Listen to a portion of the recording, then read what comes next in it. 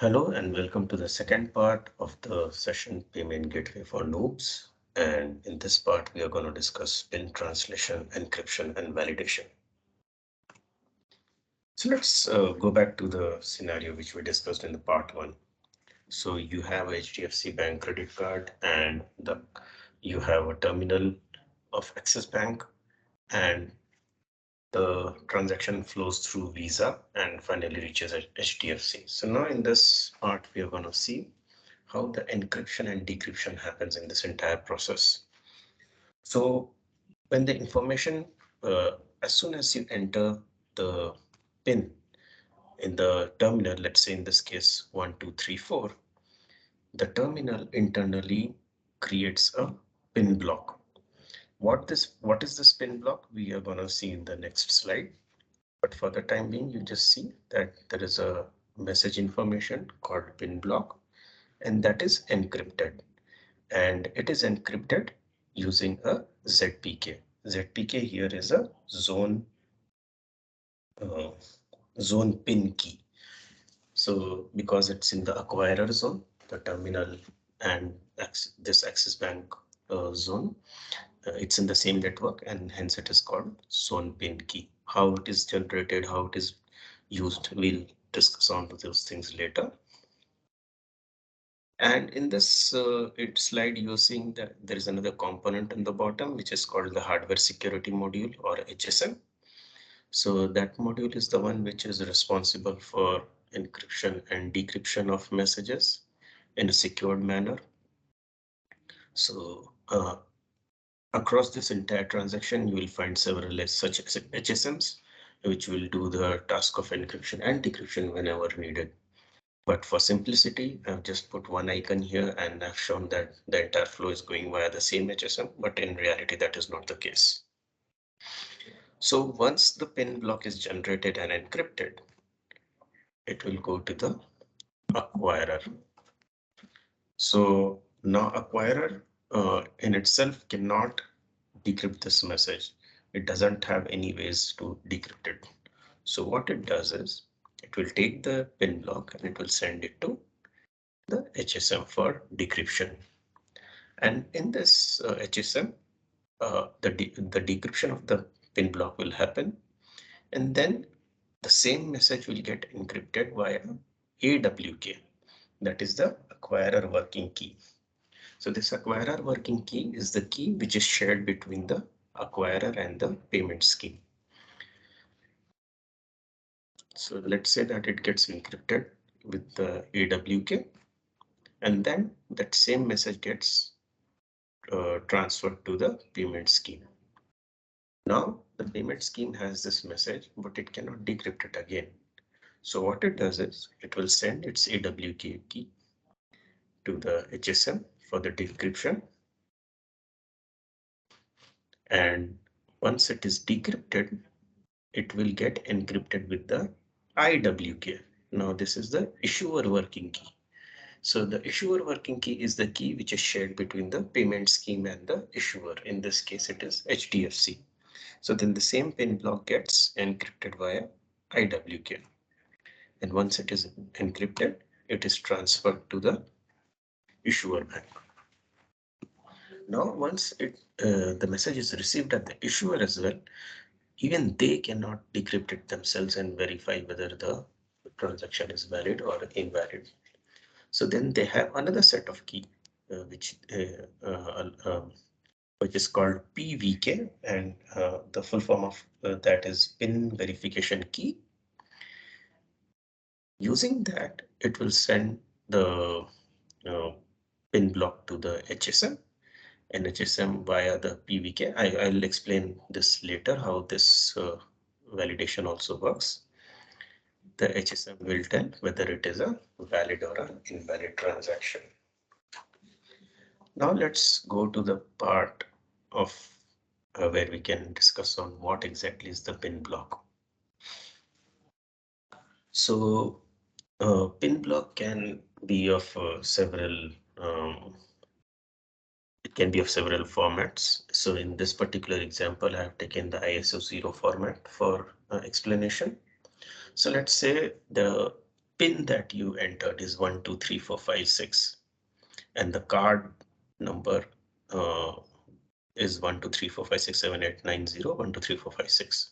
So this is your card number and this is your PIN. So as soon as you swipe your card and enter this PIN, as I mentioned in the previous slide, that the machine will generate a PIN block. So what that PIN block is.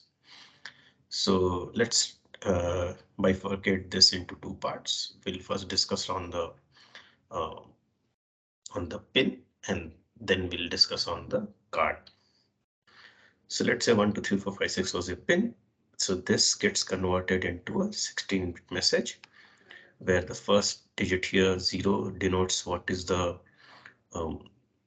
what is the format. So in this case, we are using ISO 0 format. That's why it is mentioned as 0. The second digit here denotes how many digits are there in the PIN. So as we have 6 digits, it is saying 6. After this, we have the actual PIN 123456, and then the remaining, all the remaining ones are added as FFFFF. So this is the first part of the PIN block. In the second part, let's say this is the entire card number. So from this, it will take the 12 digits excluding this last digit. So last digit is a checksum digit. So it excludes this checksum digit, and the 12 numbers which are before this last checksum digit are the ones which are taken, and then it is appended with 0000. So if you see 0000 followed by 4567, so 4 5 6 7 8 9 0 1 2 3 4 5. This becomes the second block. Now this first block and the second block perform a XOR operation. So once you do a XOR operation uh, for these two values, the resultant value will be this. This is what you will get. This is your PIN block. And now, once you generate this PIN block, this gets encrypted via the different keys, and then that is how it is transferred to for the validation whether the card is valid or not.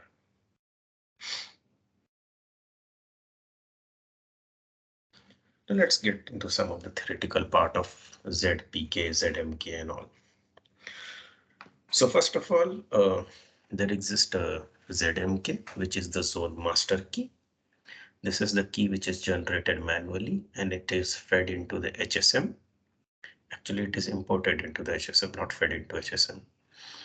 So ZM key is the key of keys where it is used to encrypt the keys, because the first time when you are generating any of these ZPK, AWK, IWK and all, so those keys have to be distributed, right? So once it is generated, and so it has to reach the particular acquirer bank or issuer bank or payment scheme. So while distributing that, we cannot distribute it in the plain text. When I say plain text, it's again a key, but still it should not be the key itself should not be sent across in a plain text. So that is why it is encrypted again with a key of keys, and that is the ZMK. The ZMK is used to encrypt it. Now let's talk about ZPK, or the zone pin key. So once this ZMK is generated, the next part is to generate the ZPK, and then it is distributed using the encryption of ZMK, which is the zone master key. So usually the concept of DUKP tail is used for the generation of keys, and the full form of that is written over here, which is derived unique key per transaction. This is the most widely used format, and the reason for this is to get rid of any uh, phishing attacks or any sort of problems which might arrive where somebody can get an access to the key. So every time uh, a new key is generated, and that is used only for that transaction. So even if somebody gets hold of that key, um, the most they can do is compromise one transaction. So as soon as the transaction is over, the key will be discarded. So that person, whoever has actually got the access of that key, cannot use it anymore. So this is the most secure way of using the keys during this process. So let's discuss a bit on what DUK, DUKPT is. It's sort of a tongue twister. So as I mentioned, that it generates a unique key for each transaction. And first of all, as the first step, it generates a single key and it stores it into the HSM. And then an initial pin encryption key, which is the IPEK, is generated. And this is put into the POS machine. So one key is put into the HSM and one key is put into the POS machine. And so when you're generating this IPEK, so this device serial number and some of the other informations are used for this generation. So whenever you're giving the same serial number and other information, the same key will get generated. So you generate and this and you put it into the terminal. Now this IPEK that generates a pool of keys. So a lot of keys are generated by this IPEK. And out of this pool of key, only one key is used to encrypt the pin block. And there is a counter which is kept. So every time a key is used, the counter is incremented. And then once the key is used, it is discarded and another set of keys generated by using the IPEK. The same process is followed on the HSM side as well, because it has the device serial number and everything. It also generates this IPEK, and whenever a transaction is coming through and when it is decrypting it, so it uses the same counter mechanism. It uses the key to decrypt the pin block and then discards that key and then generates another set of another pool of keys. So the terminal and the HSM are in sync. They use the same keys for the encryption and decryption, and they don't use it more than once. So this is the entire concept of unique key per transaction. Although I have said it in a very short manner, I do not want to complicate this particular session talking on that. It's in itself is a very complicated subject, which will take some time to understand and discuss in detail. Okay, so now we have discussed about this ZPK, ZMK, and how this distribution and all happens. And obviously, as I mentioned earlier, the same concept is used when we are talking about the AWK and IWK. It's just that the naming convention changes because of the different zones that we are working on. Okay, so now let's get into the part where we are talking about the pin generation and PVV. So what are these things? So PVV is pen verification value, and PVK, as I discussed earlier, is the pen verification key. So let's say you are a user and you contact the issuer bank. So maybe you are going through IVR or you are doing it online via online portal, and you want to set a new PIN for your credit card. So let's say the most commonly used mechanism, let's say you're doing it via the IVR. So this they say that, okay, enter your new PIN, you enter this 1234. So usually what we think is this 1234 gets stored in the bank and then that is what is used for the validation. No, that's not correct. The issuer bank also never stores this PIN. So what they do is as soon as you enter this PIN, they use the PIN and the card details of the customer, and they send both of these into the PVK. So PVK is uh, uh, um, they send it to the PVV generating algorithm. Sorry.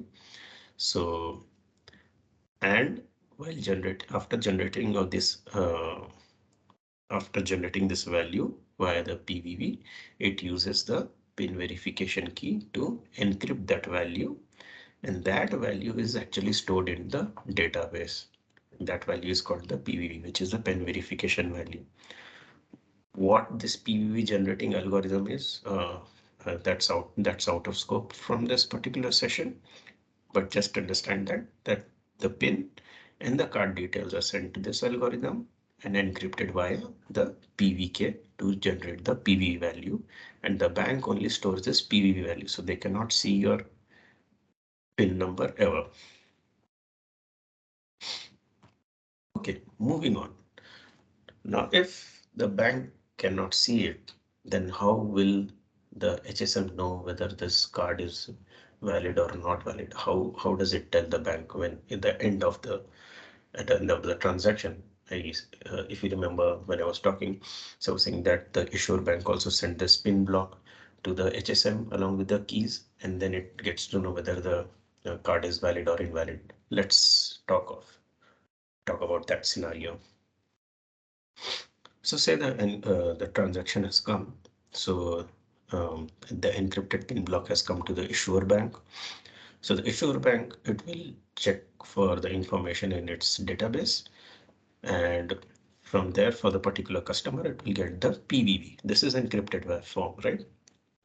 So what it does is it sends the pin block that it has received. It will send the PVV and it will send the PVK. PVK is the pin verification key to the HSM. HSM will decrypt this pin block because between the scheme and the issuer bank, it was using IWK. So it will have that information. It will decrypt the pin block. Now, after it decrypts it, it will use the same generating algorithm, PVV generating algorithm, and it will generate a PVV using the PVK. Okay. Now, once the HSM generates this PV value, it will match it with the PV value that the bank has sent. So if there is exact match of the PVV that the bank has sent and the value that HSM has generated after decrypting the block, it understands that, okay, fine, the values are exactly matching and the card is valid. So person has not entered an incorrect PIN or anything like that.